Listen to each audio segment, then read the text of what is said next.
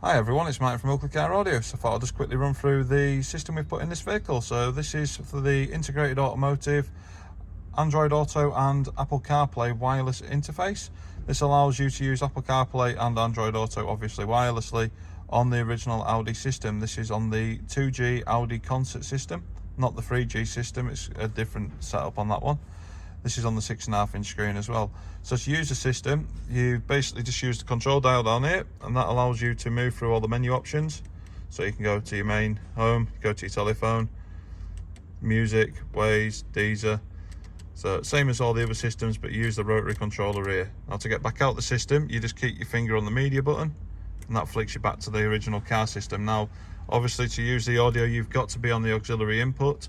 So as soon as you go back to it there, it just flicks it back onto the system.